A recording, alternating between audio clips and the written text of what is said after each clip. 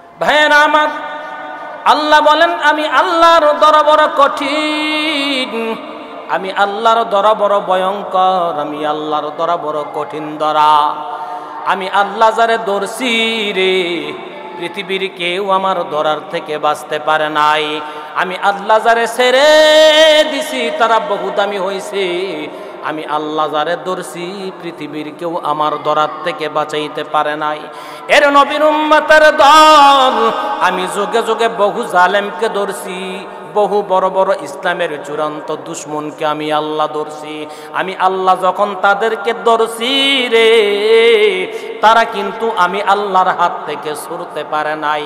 ইসলামের ইতিহাস পিছনের দিকে তাকাইয়া দেখো মুমিন ভাই, ইসলামের চূড়ান্ত দুশ্মন আবু জাহেল, ইসলামের চূড়ান্ত দুশ্মন আবু লাহাব, ইসলামের চূড়ান্ত দুশ্মন ফেরাউন, নমরুদ, সাদ্দাত, হামান, কামান, তারা তো দুনিয়ার মধ্যে কেউ নাই। তাদেরকে আমার আল্লাহ দুনিয়ার জমিনে বিচার করেছে। এর নবীর আশিক আমরা জানি ফেরাউনের কথা, বড় রাজত্ব করছিল 400 বছর। 400 বছর রাজত্ব করার পর দুনিয়ার জমিনে কত মাস্তানি, কত রংবাজি, কত বাহাদুরি করছে ফেরাউন। শেষ মুহূর্তে বলছিল ফাকালা আনা, আমি হইলাম বড় খোদা, আমার মতন আর খোদা আসমানের নিচে জমিনের মধ্যে কেউ নাই। আল্লাহ পাক ডাক দিয়ে বলে, পৃথিবীর মানুষ তাকাইয়া দেখ, ফেরাউন যখন নিজে খোদা দাবি করছে, আমি আল্লাহ কিন্তু সইতে পারি নাই। রহমতের জরিয়ার মধ্যে জুসাইসা আমি আল্লাহ পাক ফেরাউনকে লক্ষ্য করে ডাক দিয়ে বললাম, এরে ফেরাউন, তোর মতন জালেম কেউ নাই, তোর মতন দুশ্মন, ইসলামের চূড়ান্ত দুশ্মন আর কেউ নাই। 400 বছর রাজত্ব করলি, তোকে আমি আল্লাহ কত ক্ষমতা দিলাম, কত পাওয়ার দিলাম, কত পাওয়ার তোরা আমি আল্লাহ দিলাম, তারপরে তুই ক্ষমতা পাইয়া তুই নিজে খোদা দাবি করলে। এখন আমি আল্লাহর আযাব তোর উপরে শুরু হবে। আল্লাহ বলেন, ইন্না বাতশা রাব্বিকা লাশাদীদ ইন্নাহু হুয়া ইউবদিউ ওয়া ইউঈদ। আমি আল্লাহর দরা বড় কঠিন, আমি আল্লাহর দরা বড় শক্ত দরা। এর নবীর আশিক বহু বছর পূর্বে জালিমকে আমার আল্লাহ ধ্বংস করেছে, ফেরাউনকে ধ্বংস করেছে, নমরুদকে ধ্বংস করেছে, আবু জাহেলকে ধ্বংস করেছে। বর্তমান জামানায় স্বৈরাচারী শেখ হাসিনাকে আমার আল্লাহ ধ্বংস করেছে। উবাইদুল কাদের পালাইছে। খেলা হবে কত স্লোগান দিছিল, কোথায় গেল তার বড় বড় কথা, কোথায় গেল তার বড় বড় লিকসার, কোথায় গেল তার বড় বড় লিকসার। আল্লাহ পাক বলেন, বান্দা মস্তানি করবি না, বাহাদুরি করবি না, অহংকার করবি না। আমি আল্লাহ কিন্তু অহংকারীকে পছন্দ করি না, আমি আল্লাহ কিন্তু অহংকারীকে মহব্বত করি না। অহংকার করতে করতে যখন বান্দারে সীমানা যখন তুই অতিক্রম করে ফেলবি, পৃথিবীর কেউ তোকে আমার গজব থেকে বাঁচাইতে পারবে না। এই দুনিয়ার জমিনে কত বাদশাকে আমার আল্লাহ ধ্বংস করেছে, ফেরাউনকে ধ্বংস করেছে, নমরুদ, সাদ্দাত, হামান, কামান, আবু জাহেলকে ধ্বংস করেছে, শেখ হাসিনাকে ধ্বংস করেছে।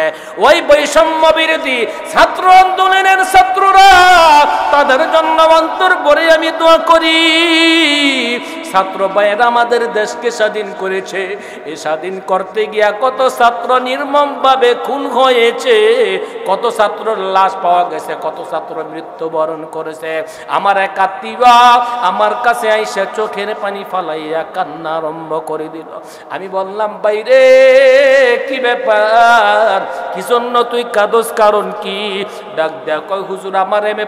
সন্তানটা যাত্রাবাড়ির মধ্যে গুলি করা অবস্থায় আমার সন্তানকে ঢাকা মেডিকেল কলেজ হাসপাতালের মধ্যে পাইছি। আমি আমার সন্তানের জন্য কাঁদি না, তাহলে কিসের জন্য কাঁদেন? কিসের জন্য কাঁদেন?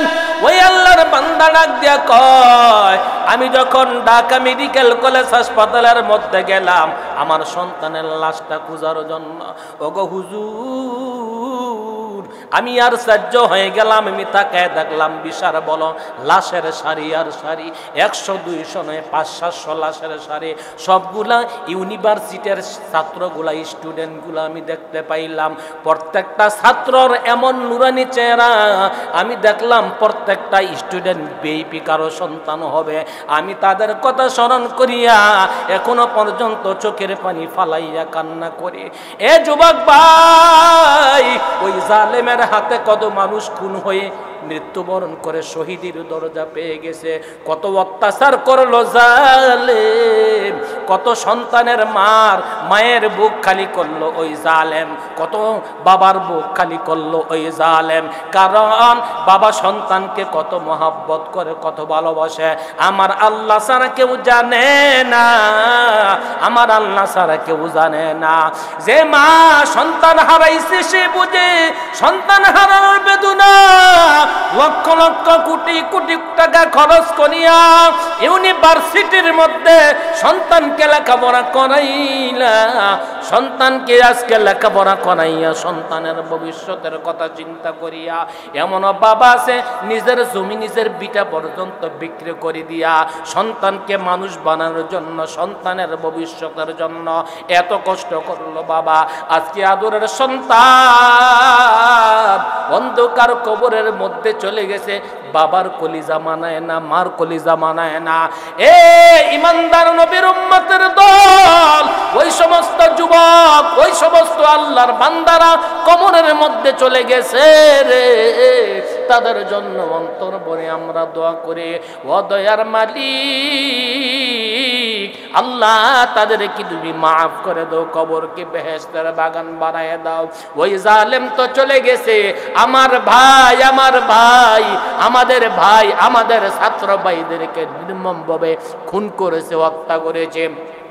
আজকের এই ওয়াজ মাহফিল থেকে অন্তর ভরে তাদের জন্য দোয়া করি গো, ই আল্লাহ তাদেরকে তুমি মাফ করে দাও, শহীদের মর্যাদা তাদেরকে তুমি দান করে দাও। এর নবীর আশিক যুবক ভাই ও পর্দার আড়ালের মা বোনেরা গো, অহংকারী করবেন না, জুলুম করবেন না, অত্যাচার করবেন না। পিছনের ইতিহাসের দিকে তাকায় দেখেন, যারা অত্যাচার করেছে, যারা অন্যায় করেছে, অপরাধ করেছে, মানুষের উপর জুলুম করেছে, তারা কিন্তু কেউ ক্ষমতার মসনদের চেয়ারের মধ্যে ঠিক থাকতে পারে নাই। বলে কেন? আল্লাহ বলেন ইন্না বাতশা রাব্বিকা লাশাদীদ, আমি আল্লাহর দরবার কঠিন, আমি আল্লাহর দরবার ভয়ঙ্কর, আমি আল্লাহ যারে ধরি, আমি আল্লাহর হাত থেকে কিন্তু কেউ কারোর বাঁচাইতে পারে না। এর নবীর উম্মতের দল একটু চিন্তা করলা না?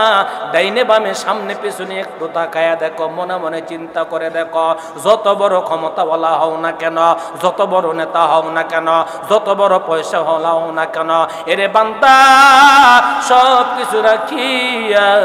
সবকিছু রাখিয়া বান্দা তুমি কিন্তু যখন অন্ধকার কবরের মধ্যে চলে যাইবা, আপন বলতে তখন কেউ থাকবে না। কোথায় যাবে তোমার ক্ষমতা, কোথায় যাবে তোমার বাহাদুরি, কোথায় যাবে তোমার পয়সা, কোথায় যাবে তোমার মস্তানি, সব কিছু সারিয়া একা একা অন্ধকার কবরের মধ্যে তুমি চলে যাইবা। তখন কিন্তু তোমার আপন বলতে কেউ থাকবে না, মা তোমার আপন থাকবে না, বাবা তোমার আপন থাকবে না, আত্মীয় স্বজন তোমার আপন থাকবে না। তুমি যখন সাদা কাপড়ের প্যাকেটটা পয়দা নিবা, অন্ধকার কবরের মধ্যে যখন তুমি চলে যাইবা, তখন তোমার আপন বলতে কেউ থাকবে না। সবাই যখন তোমাকে কবরের মধ্যে রেখে আসবে, তখন রহমতের ফেরেশতারা কবরের মধ্যে এসে বলবে মার রব্বুকা ওয়া মা দীনুকা ওয়া মান নাবিয়্যুকা। কবরের মধ্যে তোমাকে এই কথা জিজ্ঞাসা করবে না তুমি কত টাকার মালিক, তুমি কোন দল করছ গো, তুমি কোন দলের নেতা, কোন দলের নেতা তুমি? এই প্রশ্ন কিন্তু কবরের মধ্যে চলবে না। কবরের মধ্যে চলবে তোমার রব কি, তোমার রবের পরিচয় দাও, তোমার নবীকে, তোমার ধর্ম কি, তোমার রবকে, তোমার নবীকে, তোমার ধর্মকে, এই পরিচয়টা তুই যদি তুমি বান্দা কবরের মধ্যে গিয়ে দিতে পারো, চিন্তা নাই, ভয় নাই, কোনো টেনশন নাই। আল্লাহ পাক তোমার কবরকে মুহূর্তের মধ্যে জান্নাতের বাগান বানাই দিবে। এর নবীর আশিক, এ আল্লাহর বান্দা, এ যুবক ভাই, একটু চিন্তা করে দেখো, ক্ষমতা কিন্তু চিরস্থায়ী না। ক্ষমতার মালিক আল্লাহ, ক্ষমতা থেকে নামানের মালিক ও আল্লাহ।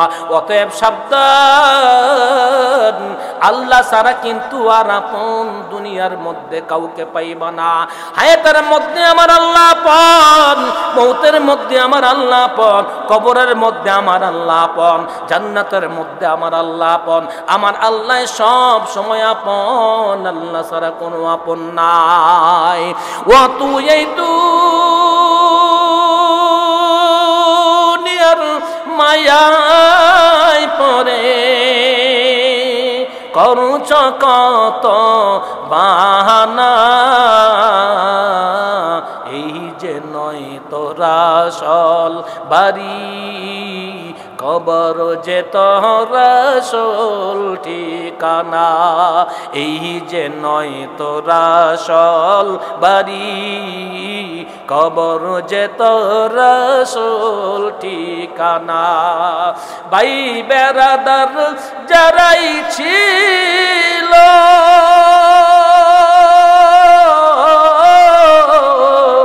ভাই বেরাদার যারাই ছিল, তারা অনেক তো চলে গেল। ভাই বেরাদার যারাই ছিল, তারা অনেক তো চলে গেল। তুমি আমি কেউ রব না, দিতে হবে রওয়ানা।